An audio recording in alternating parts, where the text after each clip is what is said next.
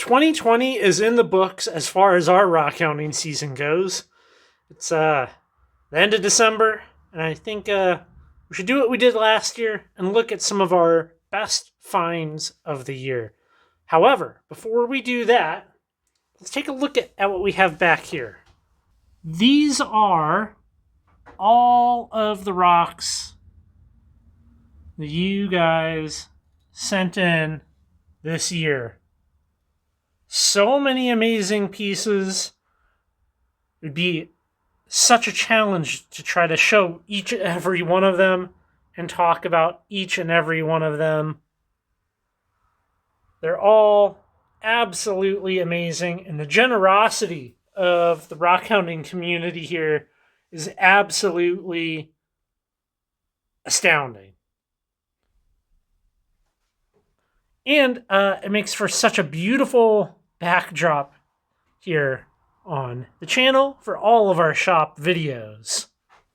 So, this year in the collection, out of the 550 plus minerals that you can find in Washington, we have 38 minerals in the collection. That doesn't account for rocks, but just pure mineral specimens, which is super exciting. We got a long ways to go. We got a lot to collect, you know. And then also 2020, man, such a great year for going rock hounding with you guys. Met so many awesome people through the channel here that we got to, get to know, got to become friends with in real life.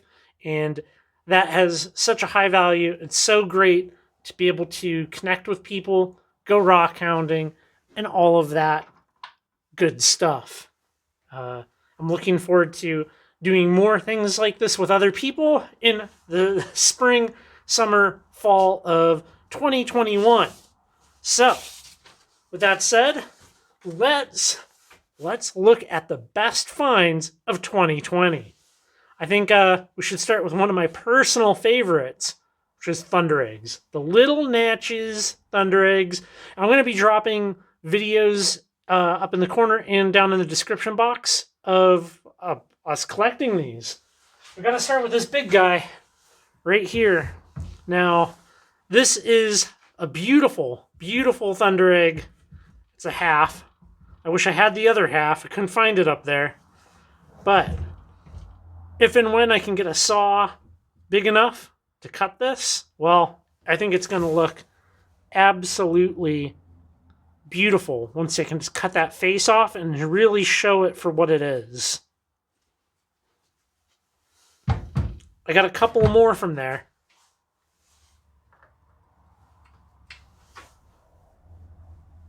This one's a very, very perfectly shaped thunder egg. And it's absolutely gorgeous. I love the little quartz pocket up in there. The color variants. You know, it shows everything that you would be able to find up there.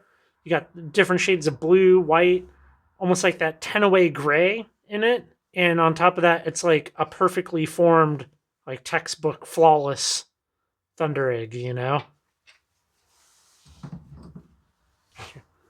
I'm going to have to move some stuff here. We're going to run out of space on this table. Actually, I'm kidding. I don't have that much stuff. All right, one more little Natchez thunder egg. Or maybe I should say 3 of them. Because this is the only triple that I have ever found. And, well, it's not common to come across a triple like this. They're not really connected. They're kind of in the hosted rhyolite here. But having all 3 of them kind of connected like this is quite cool, in my opinion, and makes it for a great piece. I got to polish this up. This is just rough off of my slab saw for right now. But that is going to look absolutely awesome when I get around to polishing it. All right, since we were just talking about rhyolite, one of my discoveries this year is the Columbia River banded rhyolite. You can call it Wonderstone, but really this is a volcanic rock that has iron staining in it, which makes for incredibly cool patterns just like this. These are very common along at least the northern reaches of the Columbia River.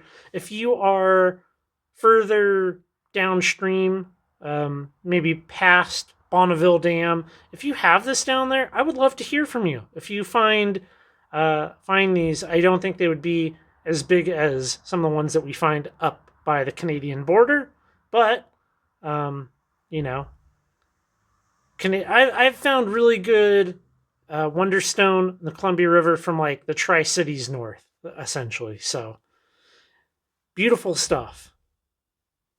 And it's kind of a underrated rock, in my opinion.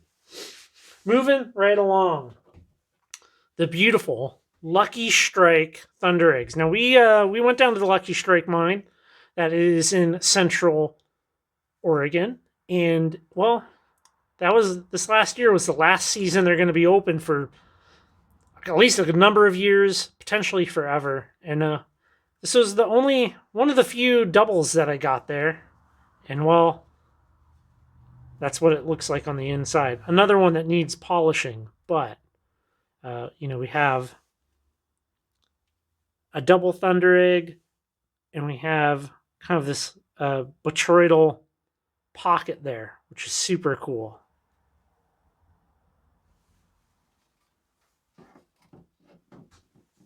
Moving right along. We went down to Little Glass Butte this year. That is in would be central eastern Oregon, where you can get all kinds of beautiful obsidian. And this was one that I really liked. And there we have the inside of that. It's a little hard to focus on something that's so reflective, but it is absolutely amazing how much cool material comes out of Little Glass Butte, and what a fun time, it's beautiful down there. Absolutely beautiful. We also went down to we went down to Graveyard Point, where you can get amazing, absolutely stunning sea maggots. Look at the void there with that botryoidal texture in there. And these sea maggots are so wild on the outside. Like, I love being able to see the rock that it formed in. So I have two here that I think are my favorites from that trip that are probably never going to... Well, this one might get cut. I might cut that right there so that it can kind of like stand up and show the pockets. So that might happen, but I like these rough, just like this, I had an idea of putting a light in there and standing it up. I think that could be kind of cool. Something maybe kind of like that. That would be a fun thing to have on the display case. I got three more things to show you.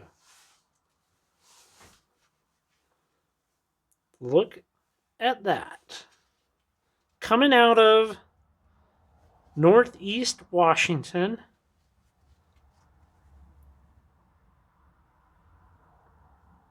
Out of the Zala mine. Got quartz crystals. A little bit of purple fluorite here. Hematite staining. Absolutely beautiful, beautiful piece. A Spokane local here. This is Wanapum basalt, and you're looking at like the sphered siderite. This is pretty dang common out here, and I love seeing this stuff. It's such an interesting mineralization, and this is such a big pocket of it. It's not super common to find them this size, but when you do, you should probably pick it up. We got some more back here on that back side, and all the little vugs. And that's a keeper for me. That's in the house. Well, went down to Utah. I just went down to Utah. Sarah and the dog didn't come on this one. And well, I found the biggest agates that I have ever seen, like upwards of, the size of a car, like multiple 1,000-pound agates. Here's one of them right here. Look at this. Look at that moss agate. All those dendritic blooms in there. I'm going to be putting a nice photo slideshow in here. This piece probably 35 pounds or so.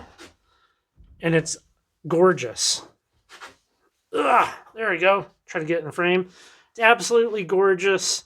And at some point here, I'm probably going to cut the bottom off of it just a little bit down here and make it square so that it stands up a little bit nicer.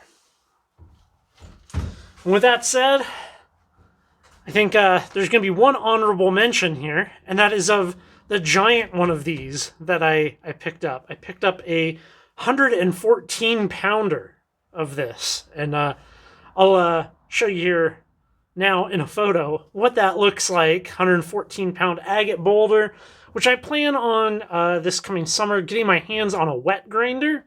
And, well, I'm going to polish up a face of that, and this thing's going to live in the house on a special little stand I build for it. That should be a really, really fun project. So, that said, here are the best finds of 2020. Looking into 2021, I got a lot of things planned for the channel. I hit all of the goals for 2020 that I set here on the channel, and exceeded them in many ways, so that's awesome. The future looks bright here. I plan on making a lot of content that hopefully will be able to help a lot of rockhounds out there, and it should be a blast. So thanks for all of your support, the people that are members of the channel, the subscribers of the channel, much appreciated. Definitely drop a like on this, and I will be seeing you in 2021. It's going to be a great year, everybody. Thanks for watching.